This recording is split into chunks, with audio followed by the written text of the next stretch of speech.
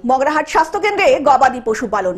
বামফ্রন্টের আমলে মগরাহাট পূর্ব বিধানসভার মোহনপুরে গড়ে উঠেছিল মোহনপুর প্রাথমিক স্বাস্থ্যকেন্দ্র। এলাকার এক সহৃদয় ব্যক্তি দান করেছিলেন 7 বিঘা জমির ওপর এই স্বাস্থ্যকেন্দ্র। ড্রয়িং মোটামুটি তৈরি, এস্টিমেট তৈরি হচ্ছে, খুব শীঘ্রই ওটা 10 বেড থেকে 30 বেড হয়ে যাবে। তখন কিন্তু নতুন করে ইনফ্রাস্ট্রাকচার পুরোটাই তৈরি হবে।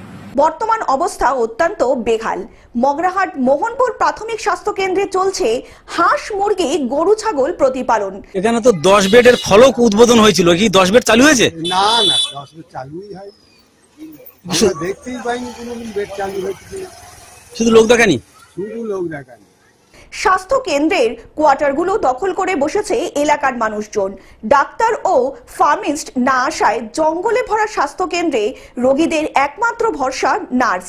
মায়েদের ওটি রুমে বাস করছে বাদুড়। এলাকার মানুষদের অভিযোগ, ডক্টর ফার্মিস্ট না আসলেই বললে চলে। সকালে রোগী আসেন, সামলাতে হয় নার্সকে। গরম ও বর্ষা পড়লে চারিদিকে জঙ্গল থেকে বিষাক্ত সাপ বেরিয়ে আসে, যাতে এলাকার মানুষ চলাচলে অত্যন্ত ভীত হয়ে থাকে। অন্যদিকে বিরোধী শিবির এই উন্নয়নকে নিয়ে কটাক্ষ করতেও ছাড়েননি বিজেপি সাংগঠনিক জেলা সহ সভাপতি সুফল ঘাটু। বলেন, এই উন্নয়নের পিছনে রয়েছে তৃণমূলের আশীর্বাদ। কত হাফ কিলোমিটারও নয় পঞ্চায়েত, তাহলে তার চোখের সামনে এগুলো হচ্ছে। একটা প্রাথমিক স্বাস্থ্যকেন্দ্র এইভাবে ধ্বংস হচ্ছে, মানুষ পরিষেবা পাচ্ছে না।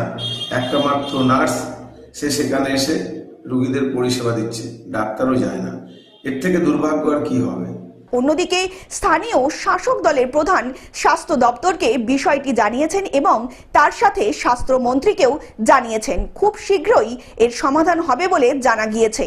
বলে বলে পাওয়া যায় না, আর বাউন্ডারি না থাকলে কি করে হবে? আগে তো বাউন্ডারি দরকার। একের পর এক সমস্ত কোয়ার্টারগুলো সব দখল হয়ে গেছে। আমি তো আগে থেকে এসে দেখছি, আমি 99 থেকে এসে দেখছি যে কোয়ার্টারের লোক দখল হয়ে আছে। এই যে এখানে যে আপনার 3 বেড কি চালু আছে? বেড চাই না, ওটি দিচ্ছে। ওটা 2011 সালে তো ফলকটা দিয়ে উদ্বোধন হয়েছিল শুধু।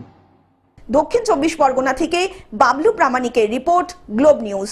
এখন থেকে গ্লোব টিভি দেখুন আপনার স্মার্টফোনেও। গুগল প্লে স্টোর অথবা অ্যাপল স্টোর থেকে ডাউনলোড করুন গ্লোব টিভি লাইভ অ্যাপ। এছাড়া জিও টিভি অ্যাপ থেকে দেখুন গ্লোব টিভি লাইভ।